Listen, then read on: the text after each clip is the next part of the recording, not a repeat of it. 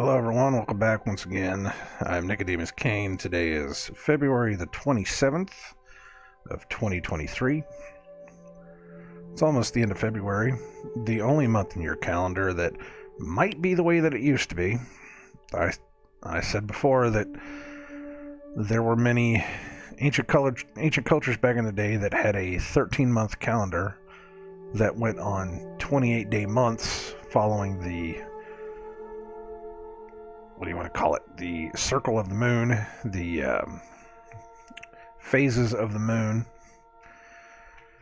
And there seems to be enough evidence to show that might have been true at one point in time. But of course it got changed down to 12. I don't know why. And then, of course, somebody went through and said, hey, we can make the calendar as confusing as possible. We'll give certain months 31 days. We'll give other months 30 days. Probably because they couldn't fit 33 days in a month. And then we'll have one month that's kind of a leftover that we'll have to add on an extra day just for the heck of it. So there you go. And there's your calendar, because, reasons. I don't know why they did it the way they did it. I just know that it was different at one point in time. It was different at one point in time. If you want to go by a celestial map and say that every month coincides with a certain constellation, that's not so much astrology. That is just that, a certain constellation appears at a certain time of month, every month. Then there are 13 constellations. Remember, they added one in just, what was that, 20 years ago? They added the third one in, Ophiuchus, something like that. I don't remember what it was. And everybody was like, this will completely rewrite all of the astrology books. It didn't really rewrite anything, because it was always there to begin with. It's just that no one recognizes it because it doesn't line up with their stupid 12-month calendar. Whatever. I'm not going to even get into it. Again, I say it's interesting that February is Black History Month. It is funny how they gave the black community a history month that is the shortest month of the year, and it's a month that I only hear anything about the last week of February. It's the only time you ever really hear the push for Black History Month. Every other time, it's just kind of, soft mumblings about it. But once it gets towards the end, it's like you start hearing it everywhere, and you're just like, well, why wasn't I hearing this at the end of January if it's such a big thing? Because it's not such a big thing. It's breads and circuses. That's all it is. It's just giving people just enough to think that they're accomplishing something, and they're accomplishing nothing. But that's the way of the world, and people cannot seem to get it through their heads that there is a group of very, very evil people at the top that don't care about us, that love playing these games with us, love doing these little tricks on us, love screwing the little people over. And it's not just one culture, one race, one people. It's everybody. They're screwing everybody over. But nobody seems to care. As long as they get their football, and they get their meals on time, and they get their gas in their car, and they get their fancy clothes and their fancy cars and all the other stuff. They don't care. They will listen to whatever they want, or whatever you want them to listen to. Speaking of listening to whatever you want to listen to, hold on, give me 1 second here.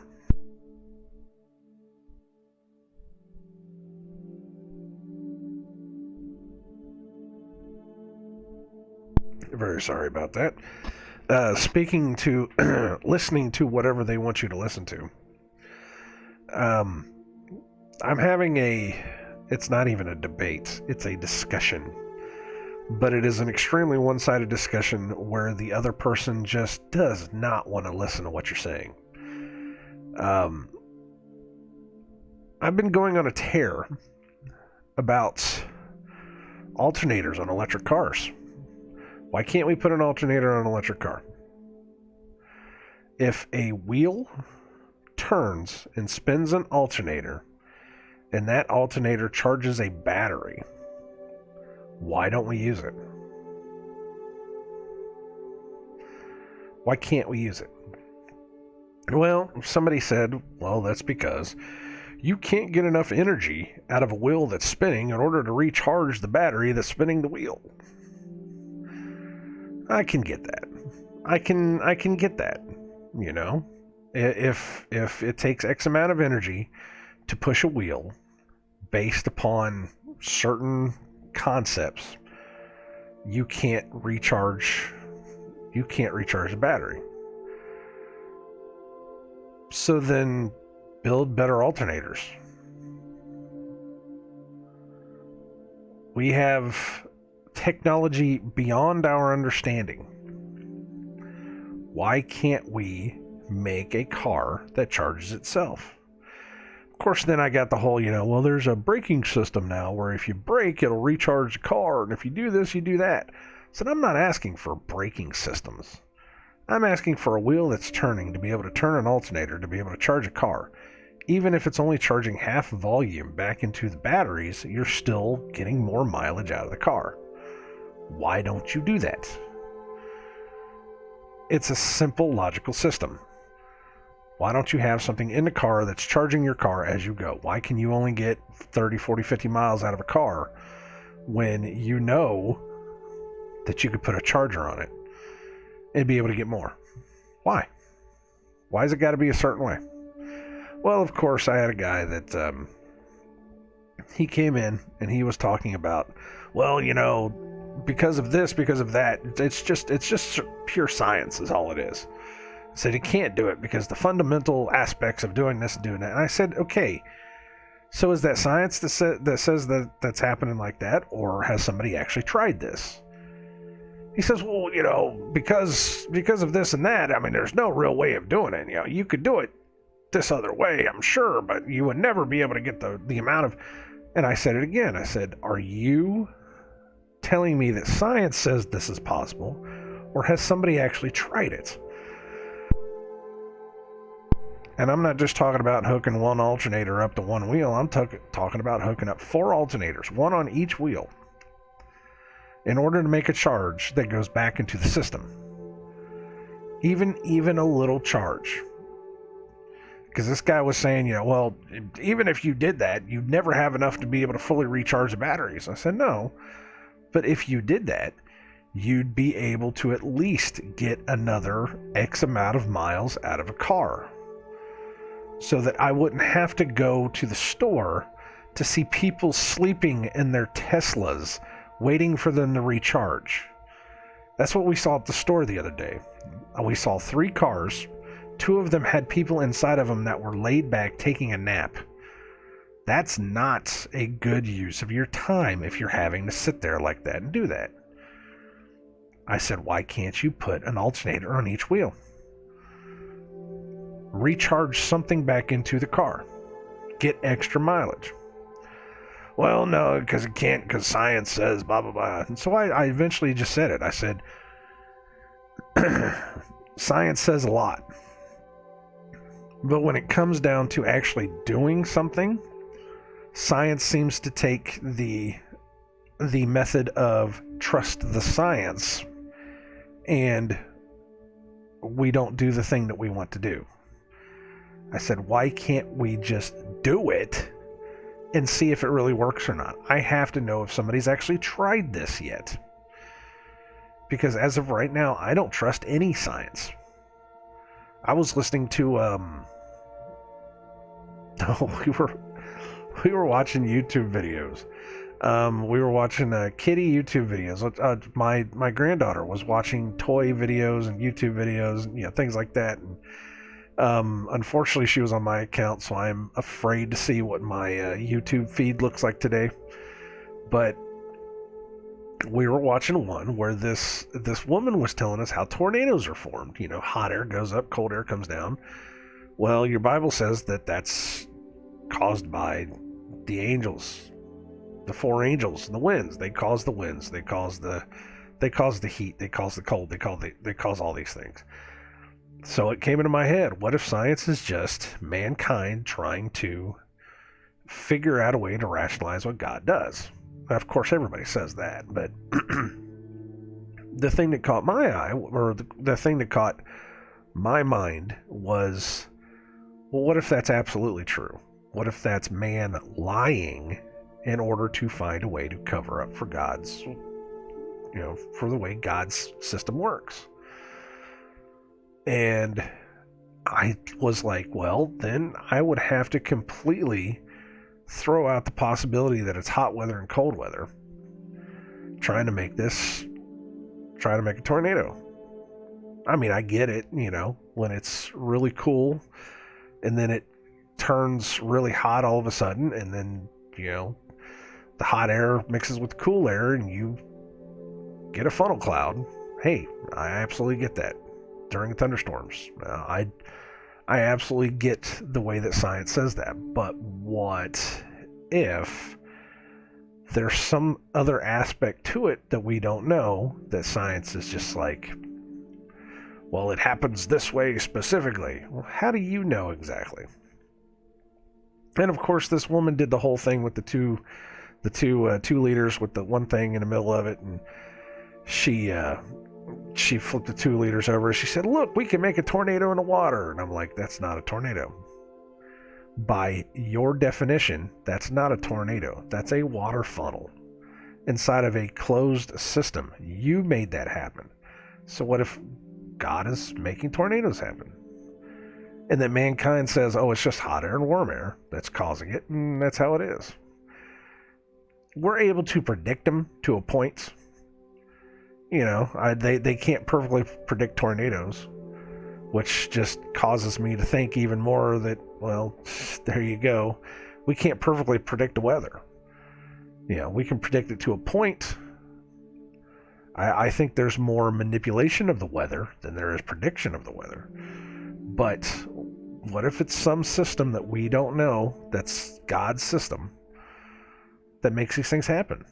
So, of course, right behind that, again, we have this guy on Twitter, of all places, telling me that science says that you can't put an alternator on every wheel of a car in order to recharge a car. And I said, well, why can't we do that? Well, because yada, yada, yada, it's simple science. You can't blah, blah, blah, blah, blah. I said, that's not what I'm saying. Why hasn't somebody just done it? Well, because science says. Well, science says a lot, but when it comes down to actually doing anything, science always says, just trust the science and nobody does anything. Maybe we ought to do it. And then he came back a 4th time and was like, well, see, the friction rates, and you gotta, and I'm like, man, you're completely missing the point. Completely and totally missing the point. This guy is so indoctrinated into the system to say the things that he's supposed to say the things that he was told, not just in school, also in college. You have to remember, when you go to college, all you're doing is just repeating the things that scientists have said for years. When you become a master, get your master's degree, you're only repeating the things that your school system has told you to repeat.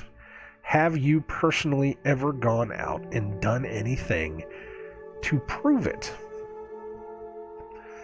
They always give you the small science experiments in order to prove to you that science can work. You dissect a I almost said a fish. I mean a frog. Dissect a frog. Pardon me, I had to sneeze.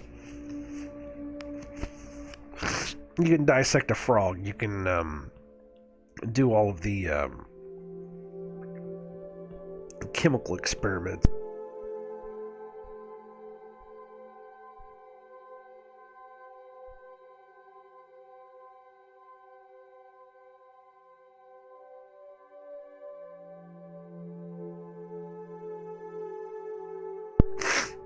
I had a sudden burst of sneezing. wow.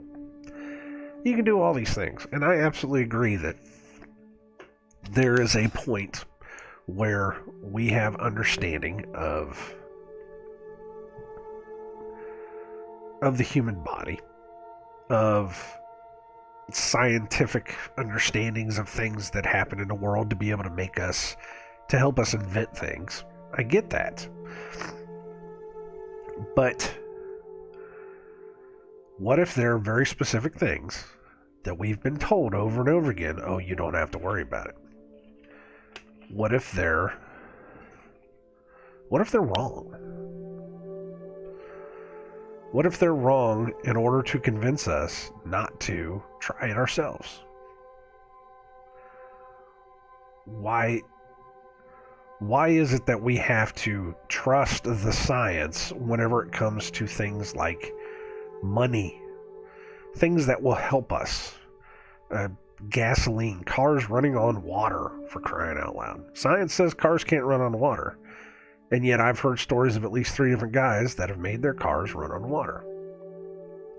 Are those stories fake? I've heard tales of if you put a very specific fuel regulation module inside of your car in order to keep the gas from... It was something like if you make if you turn the gas into a vapor instead of having it just mix in, straight into your carburetor or into your fuel injectors, whatever it is. If you can make it turn into a vapor instead of just having it be liquid, it will burn better. That's what I've heard. I can't tell if it's true or not. I don't have the know-how to be able to do that. But I've heard stories of people that have. And when they did, they had their inventions or whatever it is taken away. And then these men were mocked and ridiculed and disappeared. Why is it that when people try to do something, that they get removed out of the system, and that everybody else that just goes along with everything, they're just fine? Maybe there's something to it. You have to remember, money is the ultimate source of all evil. It really truly is. Greed and money. And I find it extremely concerning that this guy wanted to argue with me just simply by me asking the question, hasn't anyone done it yet? Why can't we just do it and see? I mean, there's so many different technologies now. I'm sure that you could use some new fancy alternator that you've never seen in your entire lives. And I'm absolutely certain that there's probably a way that there's probably something other than an alternator that I can think of that they could use. And of course somebody could say, well, it's still not possible to get the perfect amount of blah, blah, blah. Well, who's saying that? Is it science that's saying it, or is it you that's saying it? You have to figure out that science has lied to you on very specific things. Science gives you a lot, but it just seems like this world does not want you to know the whole truth. And all you're doing is just parroting your masters. So you have to open your mind to everything. Free your mind from this mental cage that they put us in. Just I don't know. I must be too much of a free thinker. It just is what it is. And if somebody does it and it doesn't work, then I can say, okay, fine, you're right. There you go. That's great. But, I get it. I get the reason that we can't do it. But it doesn't mean that we shouldn't be doing it. Why can't we get more out of it? Because again, it's not about helping anything. It's not about doing it. It's about control. It's an absolute system of control is what it is. They want everybody to go down to electrical cars that will only give you 20, 30 miles of charge so that you will stay within the system. They will force you into a 15-minute city where you don't even have to worry about going anywhere. Limiting your freedom. Limiting your ability to be able to go anywhere, do anything. And all I'm saying is, if it's really helping the environment, if it's really helping anything to do this, then why can't we try something new? And if it doesn't work, then I can say, hey, I failed. It didn't work. But don't tell me that science says that it won't work. Because I don't believe that anymore. I don't believe that at all anymore. And I there's a lot of things that science has told us over the years that I'm starting to wonder, hey, wait a minute, maybe there's something else we should be checking out. I don't know. Now that I've gone on my 20-minute rant, which I did not want to really do, but whatever. We got to try to get through Jeremiah 49, which is pretty long. It's 2 pages at least.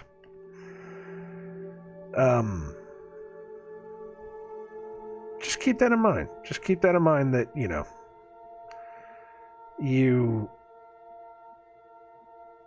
the education system is there to keep you in check.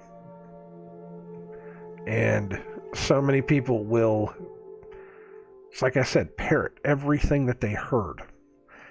Nobody wants to do anything new because the education system has told them you don't have to. Somebody's already figured all this out for you. Don't worry about it. It's everybody wants to point to like what's the name of that movie? I can't think of the name of that damn movie. Where the Jim Carrey. I can't think of the movie's name now. I had it in my head like 2 seconds ago. Now it's gone. Where, he said, I want to be an explorer. And she's like, well, no, we've already explored everything. No, we haven't. First of all, no, we haven't explored everything. There's still 60% of water underground that we have not explored. And it seems like the more we go down and explore, the more stuff we find. Not only that, not every inch of land in the world has been covered. It really hasn't. These boys out here are worrying about going to Mars. You haven't even explored every single inch of the Earth. So maybe you ought to start checking out the rest of the Earth first. But even then, some of the things we find on the Earth, they don't match up with what science tells us. You are presented the reality in which you were given, is that line from the movie. And that's what it is. You are taught to believe the things that they want you to believe. You are taught to believe the scientists. You are taught to believe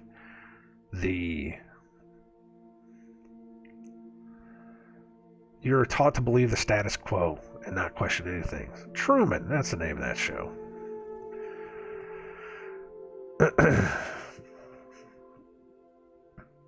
And it's all a lie. It's all an absolute lie. Why in the world would you exist here and believe this satanic system of education and not think that everything that came out of it was a lie?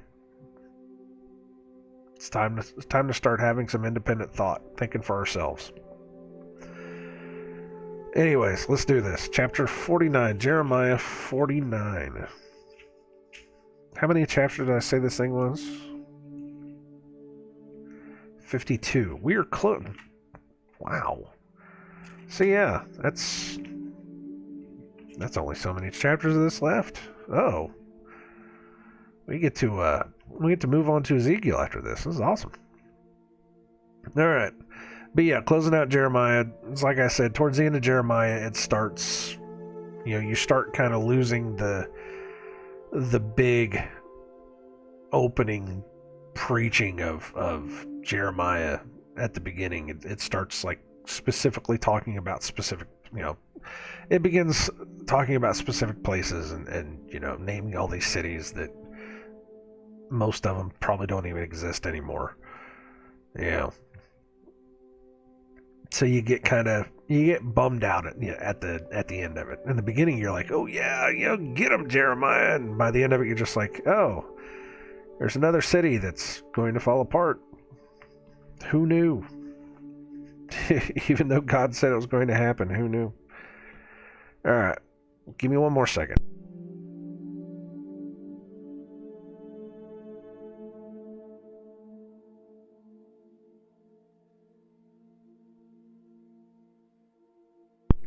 And I hate to admit it, the only reason that I am sneezing the way that I am is because I trimmed my nose hairs. I know, that's probably not what people want to hear, but they get pretty rough after a while.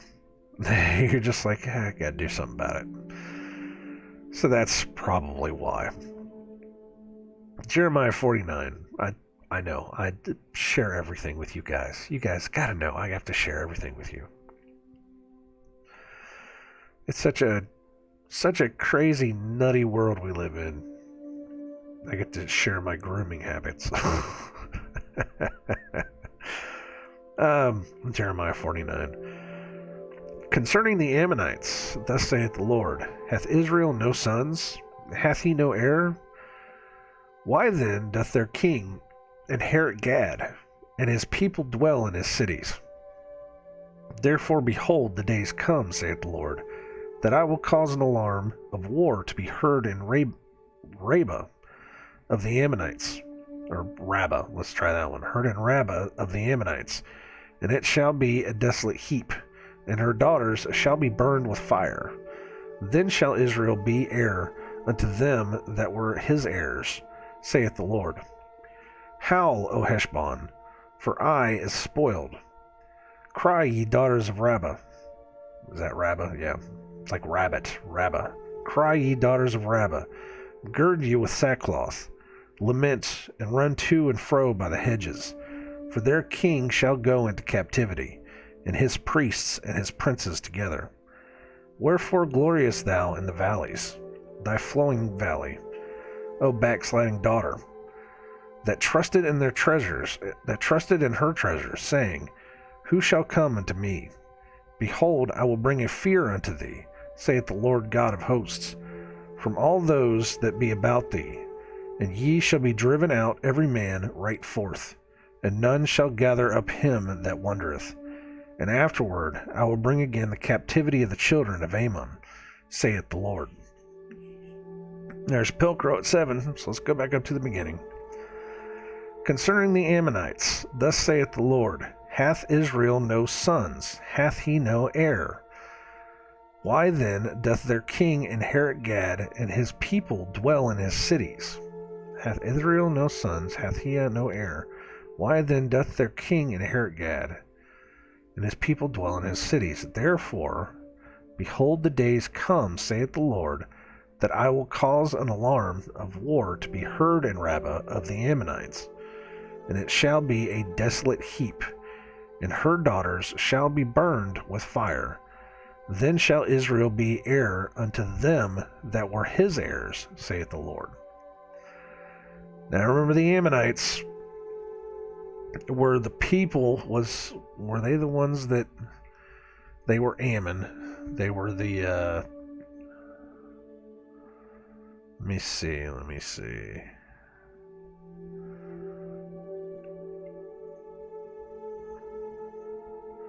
Yes. So these were the children of Lot. They weren't sons of Israel. They were sons of, it was his cousin, so it would be Abraham's cousin. So the Ammonites were not heirs of Israel, but they were family. As close to family as you can get, basically. But they were the saved family. I know they turned out to be inbreds, but they were the saved family of Sodom and Gomorrah. Because Abraham asked God to spare Sodom and Gomorrah for his cousin's sake, his nephew's sake, whatever. I think it was his nephew. I need to look that up just to make sure.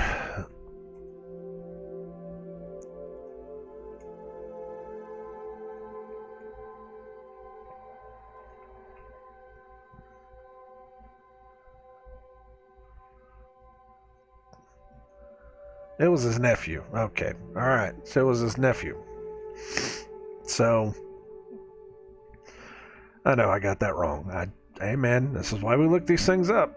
It's amazing that people still to this day, whenever you say something, they're like, well, what does that mean exactly? Could you give me proof? It's like, why don't you look it up for yourself? If you're arguing with me on an electronic device, you have access to Google. GTS. Google that shiz. I mean, seriously. Quit acting like you don't have the power of the internet in your hand. It's absolutely incredible. Somebody will argue with you on social media. It's like, well, where is that? How can I find that? Can you give me proof of that? I need to know this. What does that mean exactly? I get that you're saying this like this, but what's the definition of the word you're talking about? It's like, dude, are you that lazy? Go to Google. Go to whatever you want to use. DuckDuckGo. Go to Firefox, whatever. Go find it for yourself. Don't ask me to provide you a definition of anything. Look it up. But of course, again, that's what got us into this problem in the first place. Nobody wants to go look it up. So was his nephew, though. So they were family, but they're not Israelites. But they inhabited the land that was there. Because the Ammonites took over those places. He went to the north, took over all those places that was promised to them. He didn't get to have it. So why then do they dwell in Israel's cities? Why then have they, come back down and inhabited all these places? But God is saying these places will be burned again, then shall Israel be heir unto them that were his heirs, saith the Lord. So they will come back and re-inhabit the land. Verse 3, Howl, O Heshbon, for Ai is spoiled. Cry, ye daughters of Rabbah. Let's look at Ai first. Ai is AI. Things always mean something. Heap or ruins. Well, if you want to know how things are going to turn out, AI is Ai. The city of Ai. It's actually Ajeth. Okay. High. But the meaning of the word is heap of ruins. That is all AI will ever be to you. There was a article, I just read the headline of it, talking about how it was some kind of specific AI that they are developing that is going to be running every aspect of our lives. And I'm like, well, that doesn't sound like it could ever have a problem with it ever. Because it's true. Why would you put everything in the power of artificial intelligence if it's not your own intelligence? You need to be able to run your own affairs, run your own money, run your own values of life, run your own car, run your own energy, run your own whatever. A perfect example is I have started hearing because there's a new system inside of the Apple iPhones that will keep your phone from charging a certain way because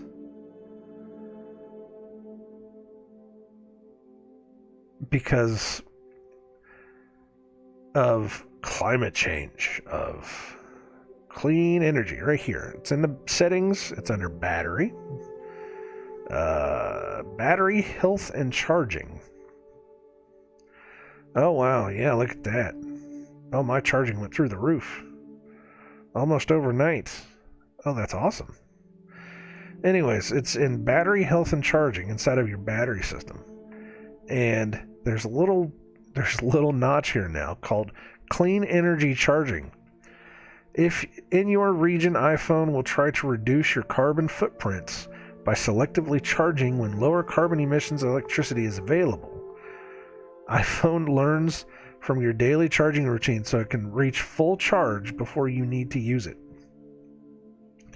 So in other words, during certain peak hours, when they think that the grid is using too much electricity, it won't charge as well. It will only charge at so much of a capacity. When you turn that off, it will charge whenever the hell you tell it to turn it off. That is an AI-generated system inside of your phone that causes your phone not to charge at certain times. And as soon as we read that, people started coming out saying, "Oh, well, that makes sense because my phone hasn't been charging recently." You know, you expect to plug in your phone and it charges, to 100% within 3 hours, 4 hours, whatever it is. And, you get up and go on your way. Well, I've had this happen to myself. Plugged in the phone, 30 minutes later, you come back and it's only gone up 5%. If that. It does it in the car, too. Used to be in the car that I could have the car, or I could have it plugged in the car. And, by the time we got anywhere, 30-minute, hour-long drive, hey, man, I was back up to a place where it was good.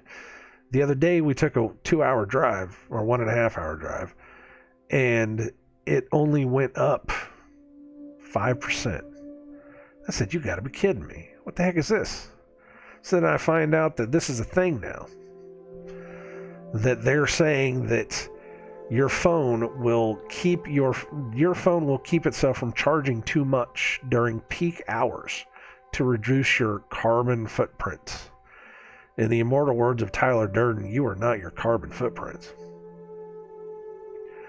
So I turned that off, and I just looked at the little graph they had for charging, and boy howdy, it went through the roof. Let's see what it looks like the last 10 days. Yeah. I only really charge my phone whenever I'm sleeping.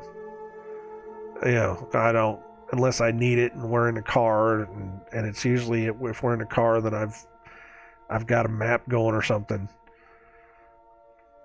So yeah, it's all really, really low until yesterday when it just burns back up to 100%. That's amazing. That's absolutely amazing. So yeah, if you own an iPhone, change that feature. And that was a secret feature too. That was something that they did not tell anyone about. They are forcing you to reduce your carbon footprint and nerfing your phone. That's ridiculous. That's what AI will get you. But then I started hearing about smart thermometers, or smart, what are they called? The temperature gauges. Smart temperature gauges in a house that will only keep the house a certain level during certain times of the day. And everything's smart now. You have smart meters, smartphones, smart cars, smart everything. But they're all AI driven, which means that a computer determines how best you should live your life. So Ai is the heap of ruins. Ai. It's the name of the city. Ai. Keep that in mind. Verse 3 again. Howl, O Heshbon, for Ai is spoiled. Cry, ye daughters of Rabbah. Gird you with sackcloth. Lament, and run to and fro by the hedges. For their king shall go into captivity, and his priests and his princes together. Wherefore glorious thou in the valleys, thy flowing valley, O backsliding daughter, that trusted in her treasures, saying, Who shall come unto me? Behold, I will bring a fear unto thee, saith the Lord God of hosts, from all those that be about thee, and ye shall be driven out, every man right forth, and none shall gather up him that wandereth. And afterward I will bring again the captivity of the children of Ammon, saith the Lord. Children of Ammon are the Ammonites. For anyone that doesn't know, that's how they do it. Ammonites, Jebusites, Amalekites. It's because it's Amalek, Jebu, whatever it was. I can't remember his name. But it's the children of Ammon have become the Ammonites. You remember the children of Ammon is the child of Lot through incestuous relations with his daughters. These are cursed people. These were cursed people from the beginning. And it wasn't Lot's fault. Everybody's like, oh look, God lets incest happen because he blessed Lot for this. He didn't bless Lot for anything. He saved Lot. Afterwards, his daughters, his female daughters, his women, which we read in Ecclesiastes the other day, tricked him because they were stupid enough to think they were the only people left in the world because they hid themselves in a cave and they saw the destruction of their city. So they thought, oh, we're the only people left. We should have sex with our father. Never once asking their own father if they should do it. So they drugged him. They tricked him, and then they had kids with him. Very similar to a lot of these single moms out here trying to get that fourth or fifth kid. Oh yes, that's a thing. They will go out and they will find a guy at a bar, get him drunk, just so that they could have a kid. Why? Because welfare, food stamps, they will only usually pay up to 5 kids. They probably pay up to more now. I don't know. But it used to be back in the day, they will only pay up to 5 kids. That's why you would see single moms with their 5 children going to the store. Bet you didn't know that, did you? I used to see it all the time. I was like 1, 2, 3, 4. Oh, she's working on the 5th. Or 1, 2, 3, 4, 5. Yep, she's got the she's got the full group, because you get the maximum amount of benefits for having 5 kids. It is a nightmare system we live in. Absolutely a nightmare system we live in that does not benefit anybody except for those that know how to play the system. For all the working Joes, the standard guys that don't want to have anything to do with that and want to do it on their own, those are the people that have the hardest time. For those that know how to play the system, they're living life easy. They're the ones driving the nice cars. They're the ones living in the nice house. They're the ones that are getting 5 times more food than you ever will because they know how to play the system. But it's the same thing. It's Lot's daughters. They got the guy drunk just so that they could have another kid. That's what their daughters did. But this was an incestuous relationship. Which is interesting how much incestuous relationships are being pushed now. Have you heard of MILF Manor? Have you heard of that yet? Yeah. But yeah, go look that up. I'm not going to tell you what it is because, again, you have the ability right in your hands, right in the palm of your hands. Just make sure that you turn your charging thing off so that you can actually charge it the way that it's supposed to be charged. But that's who the Ammonites were. Ammon. All right. Chapter 7, or verse 7. What am I saying? Chapter 7. Verse 7. Concerning Edom, thus saith the Lord of hosts, is wisdom no more than in Teman? Is counsel perished from the prudent? Is their wisdom vanished? Flee ye, turn back, dwell deep, O inhabitants of Dedan.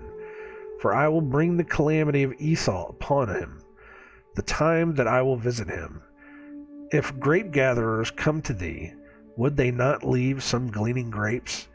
If thieves by night, they will destroy till they have enough. But I have made Esau bare. I have uncovered his secret places, and he shall not be able to hide himself. His seed is spoiled, and his brethren, and his neighbors, and he is not. Leave thy fatherless children, and I will preserve them alive, and let thy widows trust in me. For thus saith the Lord, behold, they whose judgment was not to drink of the cup was assuredly drunken.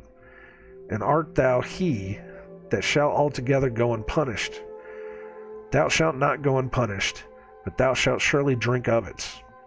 For I have sworn by myself, saith the Lord, that Bozrah shall become a desolation, a reproach, a waste, and a curse, and all the cities thereof shall be perpetual wastes. I have heard a rumor from the Lord, and an ambassador is sent unto the heathen, saying, Gather ye together, and come against her, and rise up to the battle. For lo, I will make thee small among the heathen, and despised among men. Thy terribleness hath deceived thee, and the pride of thine heart. O thou that dwellest in the clefts of the rock, that holdest the heights of the hill, though thou shouldest make thy nest as high as the eagle, I will bring thee down from thence, saith the Lord. Also Edom shall be a desolation. Every one that goeth by it shall be astonished, and shall hiss at the plagues thereof. Where is the pilgrim anyways? Wow, 23. Let's keep going though. 18.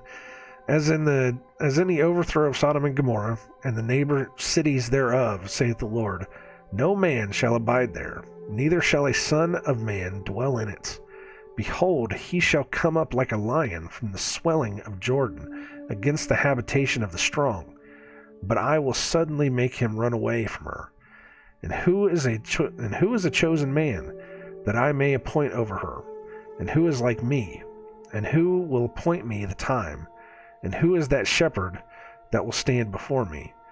Therefore hear the counsel of the Lord, that he hath taken against Edom, and his purposes, that he has purposed against the inhabitants of Teman. Surely the least of the flock shall draw them out. Surely he shall make their habitations desolate with them. The earth is moved at the noise of their fall. At the cry, the noise thereof was heard in the Red Sea. Behold, he shall come up and fly as the eagle, and spread his wings over Bozrah. And at that day shall the heart of the mighty men of Edom be as the heart of a woman in her pangs. All right, big, long section. So let's go back and read this again. Concerning Edom, let me make sure I get it right. I know who Edom is, but let's go ahead and check. Edom, the elder twin brother of Jacob. Jacob and Esau, Edom, same thing. He's the red one, an Edomite. Remember, that's how they get their names. Descendants of Esau. Concerning Edom, thus saith the Lord of hosts. Now remember also Esau was himself probably a giant, or had the giant genes in him, because he was the one that fled to the north, and they started finding giants coming out of the north. They also talked about the giants coming from the Ammonites as well. The Ammonites, Jebusites, Amalekites, blah, blah, blah, blah, all the same thing. So it is entirely possible that all these people had either those genes, or because they were cursed, because they were inbred, that it was the same thing. Remember, inbreeding causes a lot of weird genetic manipulations. So it's entirely possible that was a part of it. I'm going to take a drink. Hold on.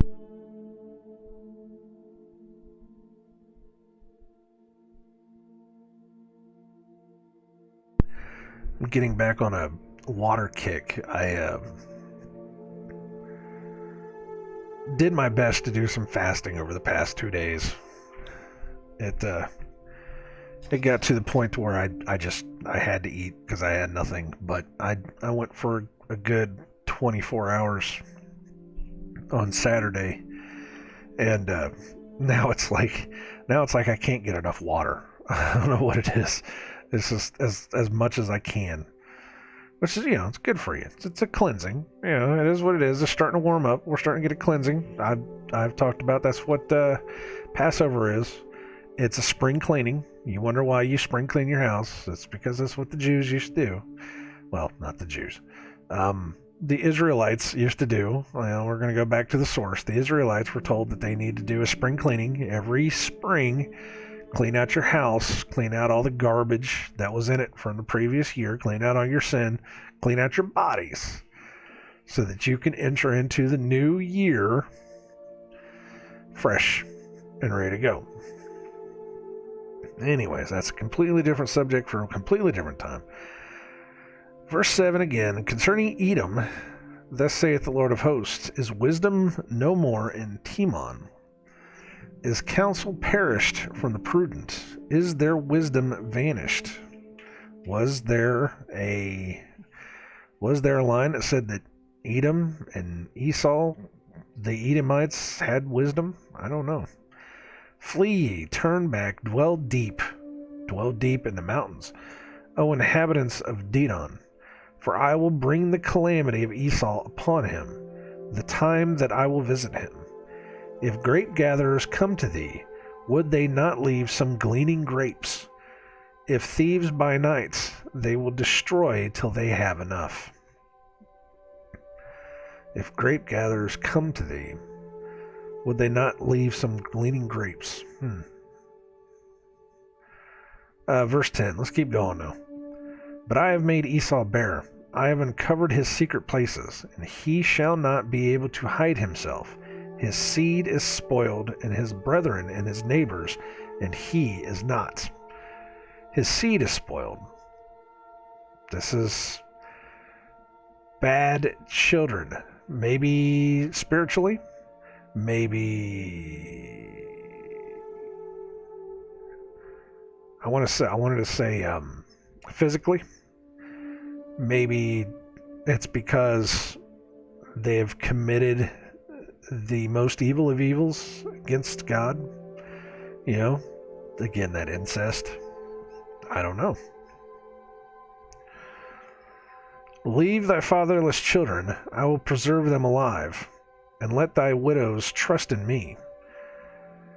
For thus saith the Lord, behold, they whose judgment was not to drink of the cup have assuredly drunken. They whose covenant was not to drink of the cup have assuredly drunken. They who were told not to have any part of it, well, they went ahead and they had part of it, and they are drunk upon it. And art thou he, that shalt altogether go unpunished? Thou shalt not go unpunished, but thou shalt surely drink of it. All right. Those whose judgment was not to drink of it, you are surely drunken. And do you think that you're going to go unpunished because of it? No. You're going to be punished of it. You shall surely drink of the judgment. You shall surely have a part of it. For all those that think, oh, it's okay to have... I could go through the whole list. The biggest one being this whole Harry Potter thing, this whole Hogwarts Legacy video game thing, which I keep wanting to know, especially for some Christians out there that are talking about how, if you buy Hogwarts Legacy, you're fighting against the woke agendas, the woke satanic agendas. On that same token, though, God told you to stay away from witchcraft and evil. You can't have your cake and eat it too. You have to choose one or the other. Do you think that you're not going to go unpunished because you went ahead and did those things? No, it says right here, you will be unpunished too. The same thing with my sins. Same thing with everybody's sins. you're going to be punished for it eventually. You have to stop. Give it up. If you have a problem with willpower, you have to ask God to give you the will, the strength to be able to not do what you do, to not sin. Why do you think it says to pray and to pray all the time? I just sneezed again. What the heck? But why do you think it says to pray constantly? So that he can help you get through this, because he knew the temptations that were coming. That's good words that I need to follow myself.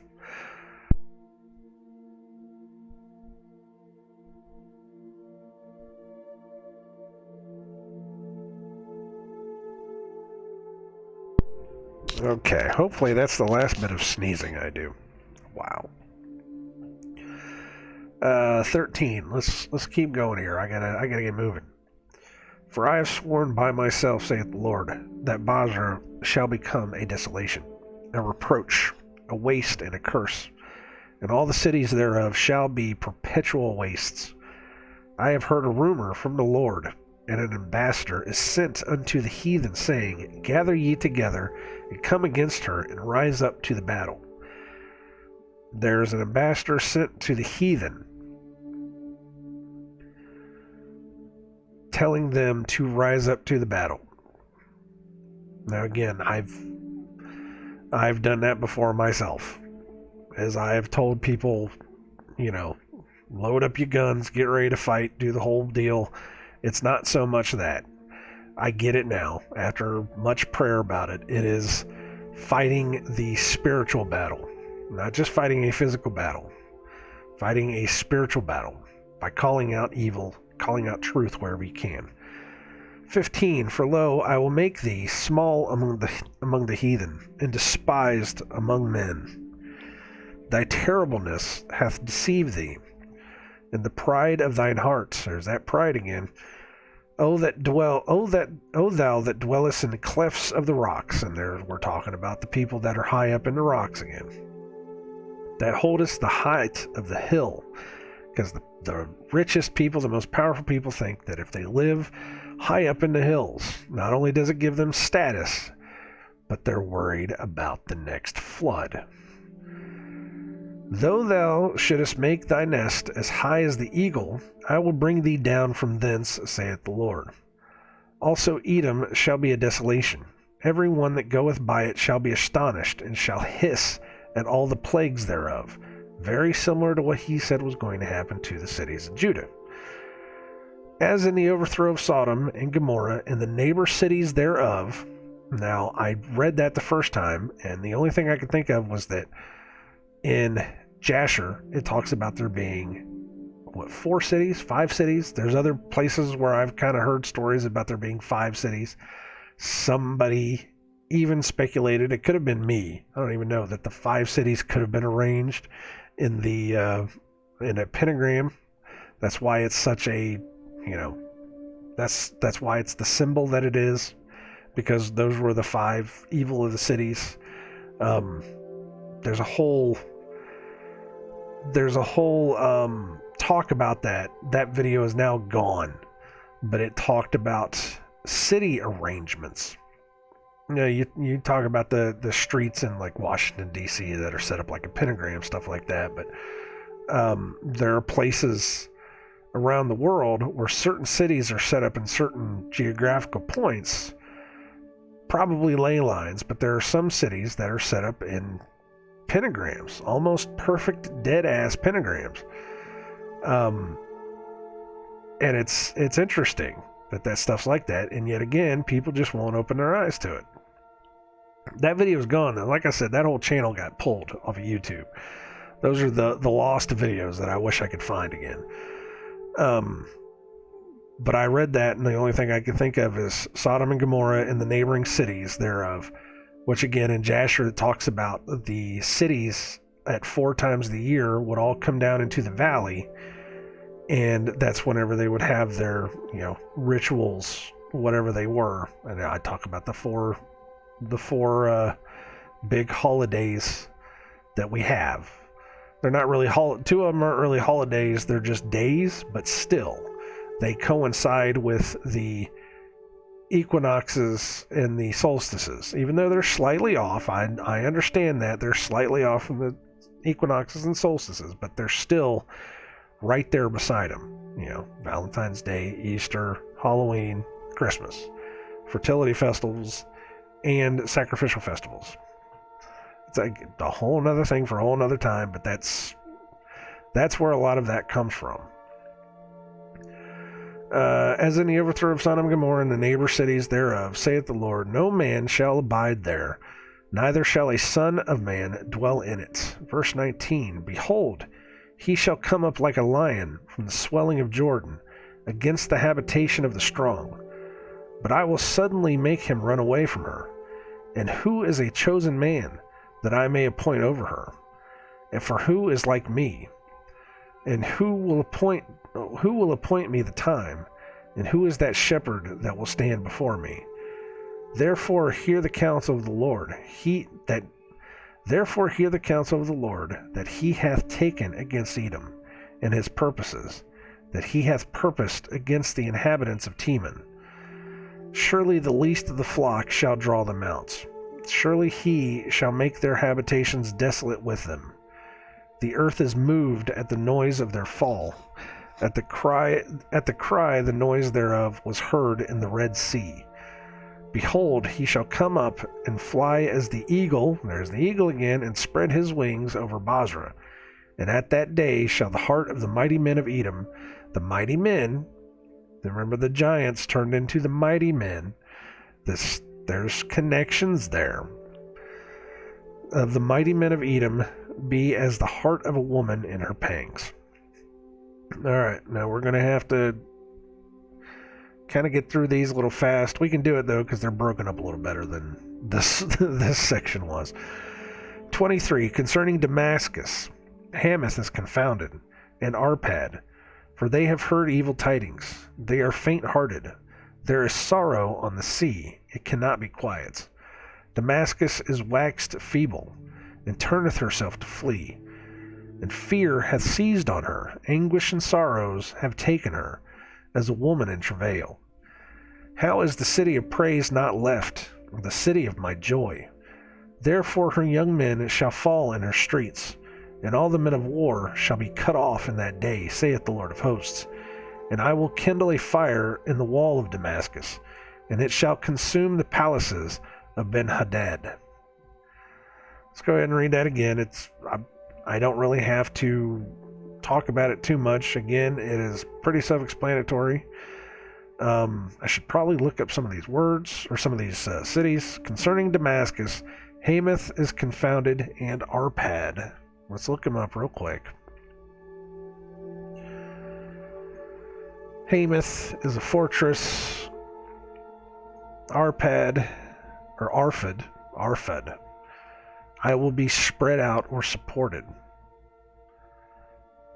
They are both confounded. Well, there you go. For they have heard evil tidings. They are faint-hearted. A city that has said, I will be supported, is now faint-hearted. There is sorrow on the sea, it cannot be quiet. Damascus is waxed feeble, and turneth herself to flee. And fear hath seized on her. Anguish and sorrows have taken her as a woman in travail. I will look up Damascus too. I don't think I have to, but silent is the sackcloth weaver. It's the capital of Syria. Damascus is the capital of Syria. Okay. Where were we at? 24? Is waxed feeble and turneth herself to flee. Damascus is waxed feeble and turneth herself to flee. I did read this. And fear hath seized on her, anguish and sorrows have taken her as a woman in travail. How is the city of praise not left, the city of my joy? Therefore her young men shall fall in her streets, and the men of war shall be cut off in that day, saith the Lord of hosts. And I will kindle a fire in the wall of Damascus, and it shall consume the palaces of Ben-Hadad. 27. I've heard that name come up in other places too. Son of Hadad, Ben-Hadad, son of the false god Hadad. So there you go. The palaces of a false god.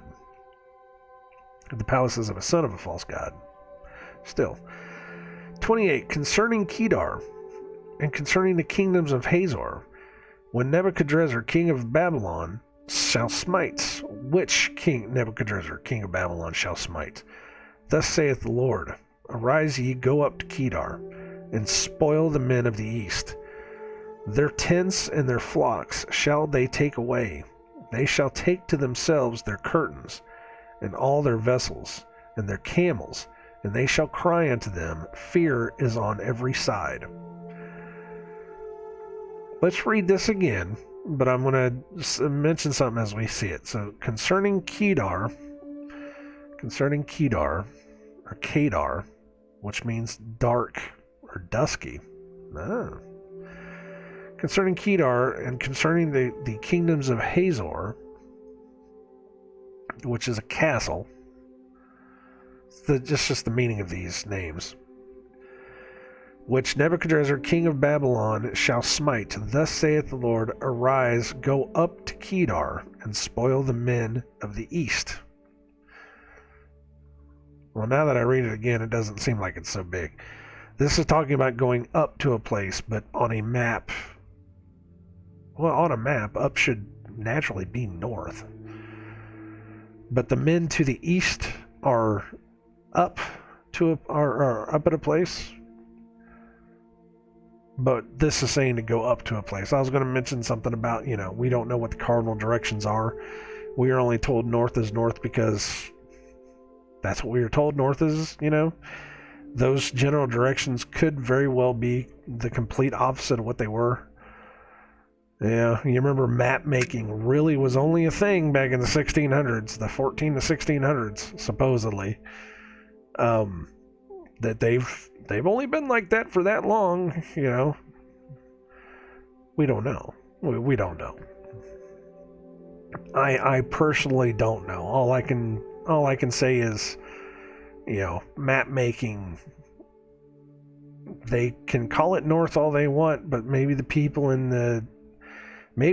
2,000 years ago used to call it northeast.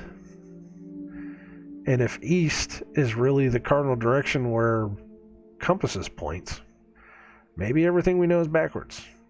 I don't know. That's all speculation on my part, and it's just another one of those things where I'm like, well, maybe we trust it, maybe we don't. What if? Just what if? We have to question everything at this point. 29. Their tents and their flocks shall they take away. They shall take to themselves their curtains, and all their vessels, and their camels, and they shall cry unto them, Fear is on every side. Verse 30. Flee, get you far off, dwell deep, O ye inhabitants of Hazor, saith the Lord. For Nebuchadrezzar, king of Babylon, hath taken counsel against you, and hath conceived a purpose against you. Arise, get you up unto the wealthy nation, that dwelleth without care, saith the Lord, which have neither gates nor bars, which dwell alone, and their camels shall be a booty, and the multitude of their cattle a spoil. And I will scatter into all winds them that are in the utmost corners, and I will bring their calamity from all sides thereof, saith the Lord. And Hazor shall be a dwelling for dragons, and a desolation forever. There shall no man abide there, nor any son of man dwell in it. Where are we back up into? 30. Flee ye, get you far off, dwell deep. There's the dwell deep again. Dwell deep in your mountains, dwell deep in your cities. O ye inhabitants of Hazor, saith the Lord, for Nebuchadrezzar, king of Babylon, hath taken counsel against you, and hath conceived a purpose against you, because God sent him to. Nebuchadrezzar, whatever you want to call him, was the servant of the Lord.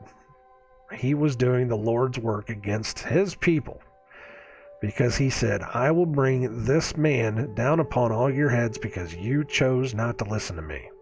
So he will be my champion. You didn't want to listen to me, so I'm going to use this guy. 31. Arise, get you up unto the wealthy nation. What wealthy nation? That dwelleth without care, saith the Lord, which have neither gates nor bars, which dwell alone.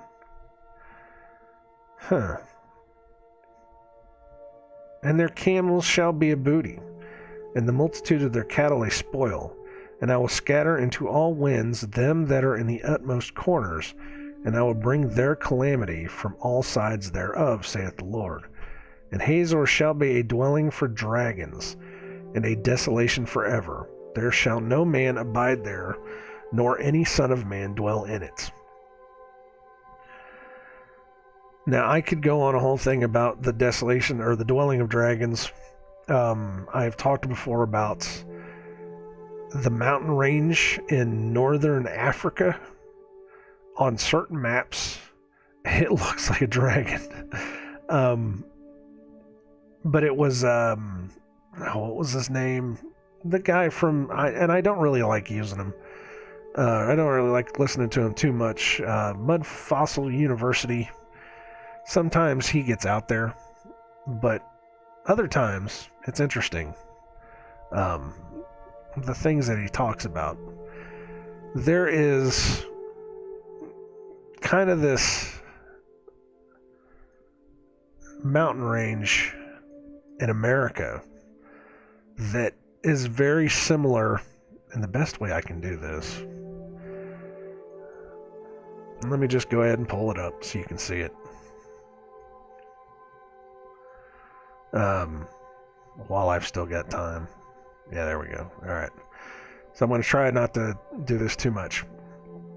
So there's a mountain range, if you can see. Can you see? Yes, you can see. All right. The mountain range that's right here on the eastern coast, it's not the Rockies. It's the, I keep wanting to say Appalachians. It's not the Appalachians. I cannot remember the name of this. Anyways, it might be the Rockies. Hell, I don't even know. This mountain range right here, he was talking about it, and he said, "Oh, it looks like a dragon's head." And I was like, "Oh, come on, seriously?" So you turn it sideways, and it's like, well, you know, it kind of like a duck. You know, there's like a head right there, and you know, kind of with the wings pulled back and everything. But then he showed this. Now I can't really get. We'll see if I can get like a side by side on this. I really looked at it, and there are better images of America than this.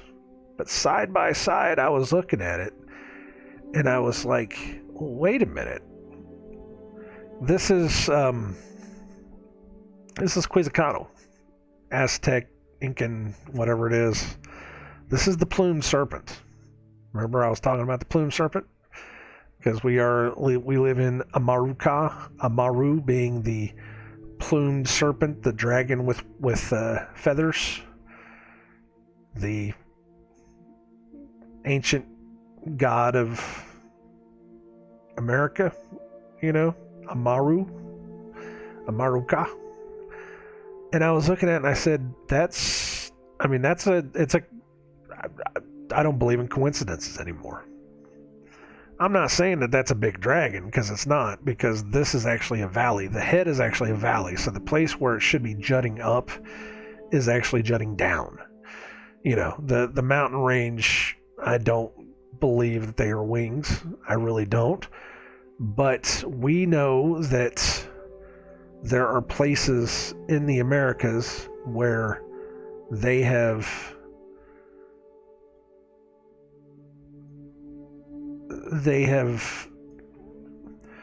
made pictographs in the plains, like down in Peru, the Nazca lines. There you go. That was one I was thinking of. That you can only see from the sky. What if this is something similar to it? What if they saw this somehow, some way? Hell, I don't know how. And they made this imagery based off of it. I don't know. It's very interesting stuff. Now, I'm not saying that's a damn dragon. Don't even start with that kind of nonsense.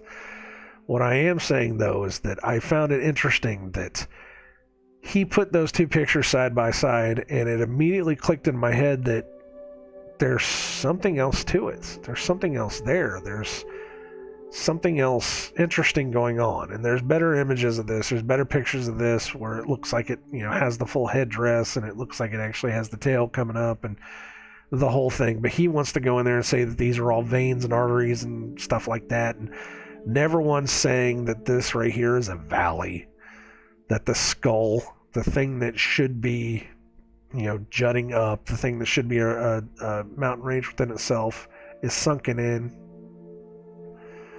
So, again.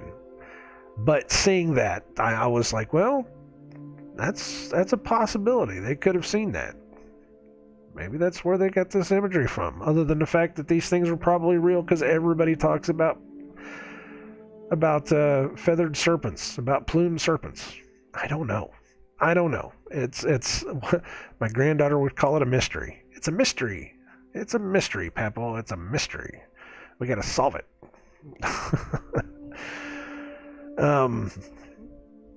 Dwellings of dragons. Every time the Bible says it, it makes me think. 34. The word of the Lord that came to Jeremiah the prophet against Elam in the beginning of the reign of Zedekiah king of Judah, saying, Thus saith the Lord of hosts, Behold, I will break the bow. Break the bow? Break the bow. Break the bow, bow. Break the bow, let's try that one, of Elam, the chief of their might. And upon Elam will I bring the four winds from the four quarters of heaven, and will scatter them toward all those winds. And there shall be no nation, whither the outcasts of Elam shall not come. For I will cause Elam to be dismayed before their enemies, and before them that seek their life. And I will bring evil upon them, even my fierce anger, saith the Lord. And I will send the sword after them, till I have consumed them. And I will set my throne in Elam, and will destroy them from thence, the king and the princes, saith the Lord. Elam. Damn it, Elam. Probably a son of Shem and his descendants with their country. It means eternity. Province east of Babylon and northwest of the lower Tigris. Elam. Damn it, Elam. I missed that show. What was the name of that show? Had, what's his face? The guy that played Black Bolt in the TV show. And he also played Black Bolt in the movie, too, in Doctor Strange. What's his name? Can't think of it, though, but he went out as an outlaw. Or not an outlaw. He went out as a former, general or something in the Civil War and helped them build the railway, Transcontinental Railroad, whatever it was. But that was a good show. Man, I miss stuff like that. And I'll remember it here in a bit, in a second. Just wait. 34 again. The word of the Lord that came to Jeremiah the prophet against Elam in the beginning of the reign of Zedekiah king of Judah, saying, Thus saith the Lord of hosts, Behold, I will break the bow of Elam, the chief of their might. Remember, this is the beginning of the reign of Zedekiah. All of this stuff happened in the 4th year of the king. Was it not Zedekiah? It was Josiah. Right? Anyways, he said all this stuff would happen. And it happened. Thus saith the Lord of hosts, Behold, I will break the bow of Elam, the chief of their might. And upon Elam will I bring the four winds from the four quarters of heavens, and will scatter them towards all those winds. And there shall be no nation, whither the outcast of Elam shall not come. Going back to the very beginning of this video, where I was talking about not believing science and thinking that science is just a way for mankind to lie and manipulate people into understanding the ways of God as just natural occurrences. Yet again, in your Bible, right here, and I did not pre-read this. This was not something that I pre-planned.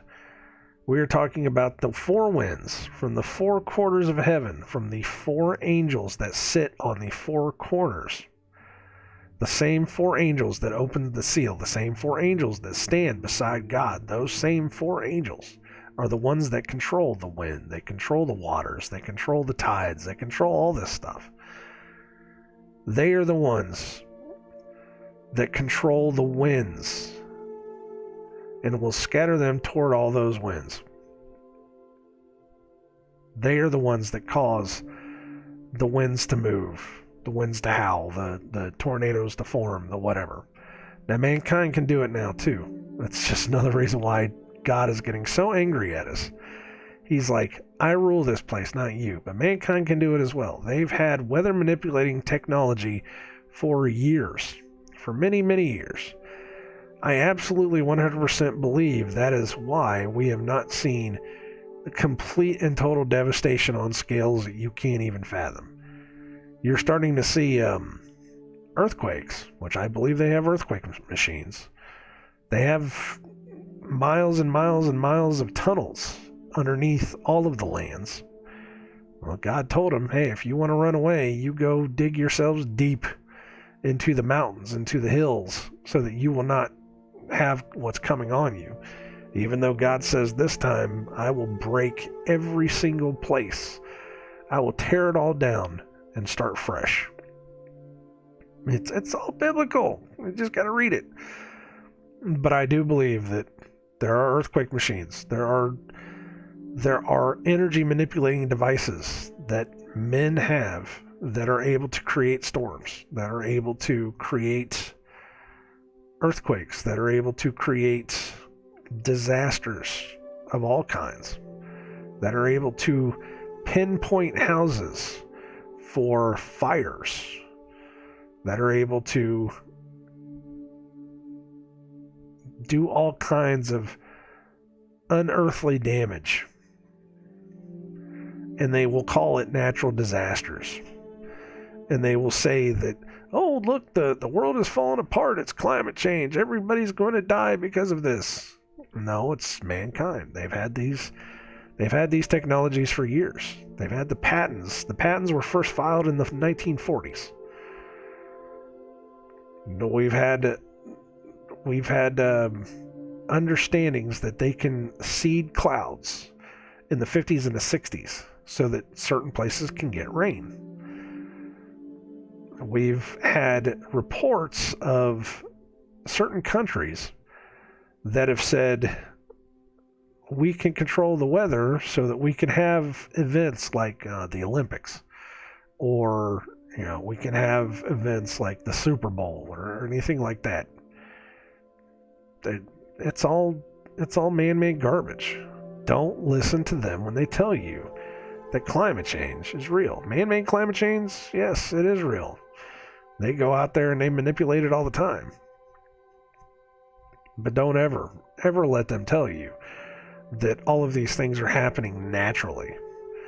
If they were happening naturally, then mankind, evil men that sit in power, and I've argued this with many people, that they have the ability to stop it. They have the ability to stop a hurricane driving right over the top of Puerto Rico and destroying everything. They have the ability to stop a hurricane driving over Florida, destroying everything. They've had the ability to keep hurricanes going through New Orleans and destroying everything. They have that ability, but they will not use it. Why? Because they don't care about you. They don't give a damn about you. You know what they will use it for? They'll stop hurricanes that are heading straight for New York. 9/11, 2001. Perfectly blue skies. And yet, the day before, that night, there was a hurricane heading straight towards downtown New York. And then suddenly, magically, out of the blue, 5 o'clock in the morning, it decided that it wanted to make a 90-degree turn, actually more than a 90-degree turn, and start heading back out to sea. Just flipped. Just magic. Oh, no, don't want to go that way. I want to go this way. Hurricanes want to stay on the water.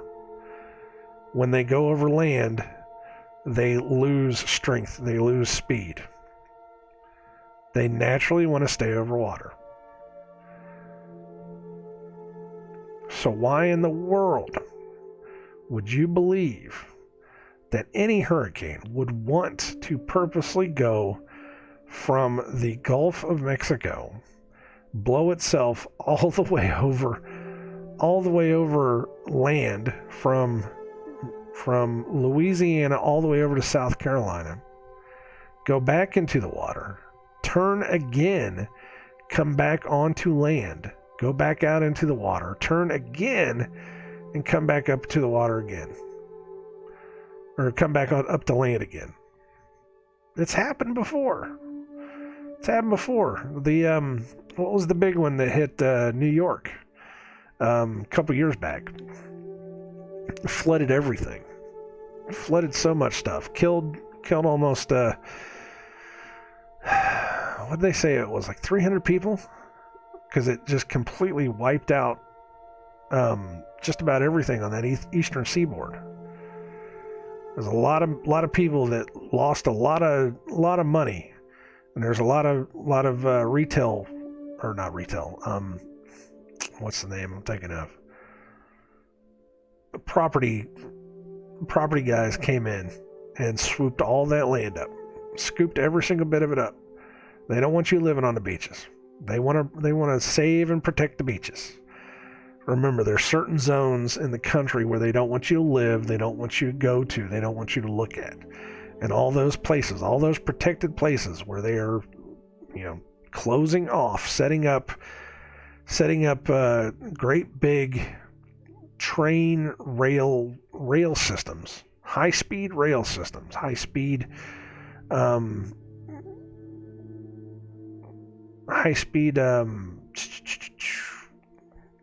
logistics systems from Canada all the way down to Mexico. Those are mostly the places that they're cutting off. They're burning. They're getting the cities out of there. All those wildfires in California a couple years back, every single one of those neighborhoods sat right on the proposed development sites of the rail system, the high-speed rail system that goes from the top of California all the way down to the bottom of California.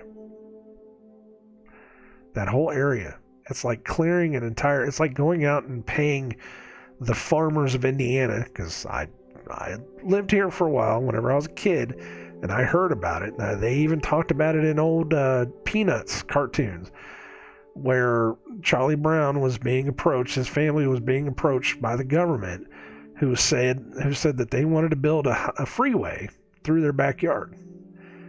That's what it was. As the government came through, they gave everybody X amount of money to build a freeway, right through their backyards, right through their farmlands, right through their houses. They destroyed so many houses, and you can still see it to this day when you're driving down a freeway and you see it keeps going in a straight line. You find out that straight line is where a neighborhood is, but the freeway, the interstate turns and goes around just a couple houses and then meets back up on the other end.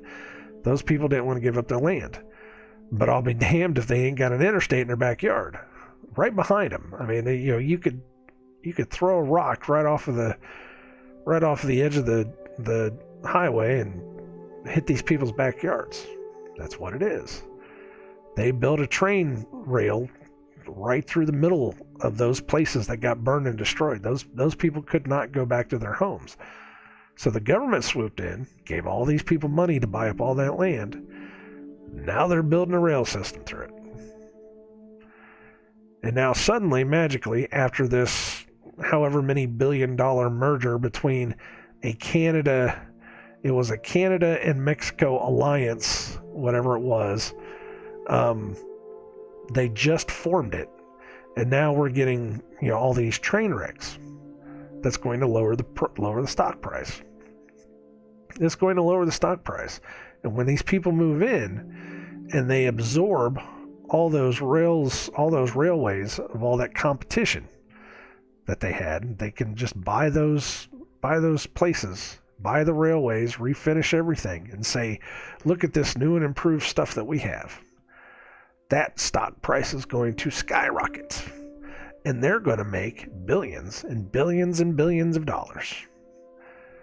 Meanwhile, everybody's getting poisoned by the garbage that they've been dumping everywhere because they don't care about you. Because they don't want people living in the Midwest. They want to push everyone in the Midwest towards the city centers. Because the Midwest, that's all those free places where people still believe in God, guns, and country. That they are all still farmers, a lot of independent farmers. The reasons that we still have cheap prices in Indiana is because we are not only a distribution center, but we still have a massive amount of free and independent farmers. We are still a red state, no matter how much anybody tries to tell us otherwise. We still believe in the freedom to be able to do the things that we want.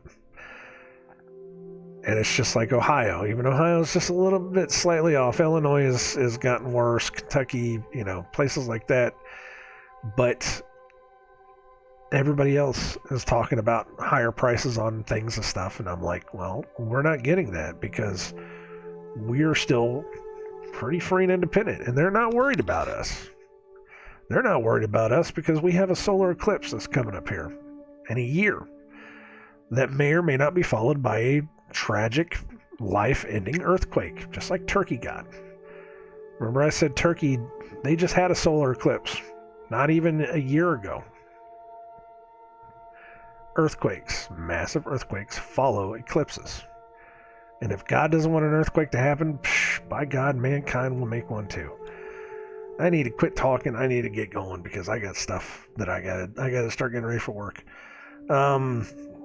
Where are we at? This all started because of the four corners of heaven, because of all the winds and all that. And mankind is able to create all these natural disasters.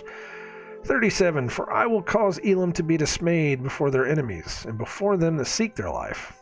And I will bring evil upon them, even my fierce anger, saith the Lord. And I will send the sword after them, till I have consumed them.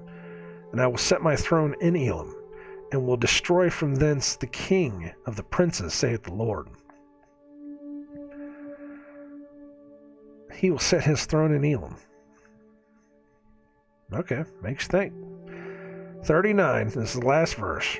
But it shall come to pass in the latter days that I will bring again the captivity of Elam, saith the Lord. But it shall come to pass in the latter days that I will bring again the captivity of Edom, saith the Lord. Just like it said, I think it said that in, there was another one where it said, in the latter days, I will bring my people back to this place or whatever it was. Because that's what he says.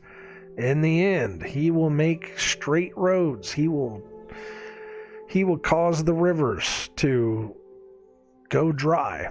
He will make straight and perfect roads so you can walk straight back to wherever he needs you to go, wherever the land is. Men, women, children, Jew, Gentile, whatever. They will come back. The remnant, those that are left in the latter days, he will bring them back. Keep that in mind. All right, I gotta get going.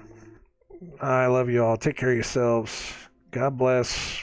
It's just another start of a weekday, man. Or week, I should say, the working week. I really don't want to go to work. I got too much stuff I need to do outside of this, but you got to do it. If you want to continue to survive in their world, you have to do it. So, God bless everyone, and you take care of yourselves. I shall talk to you later.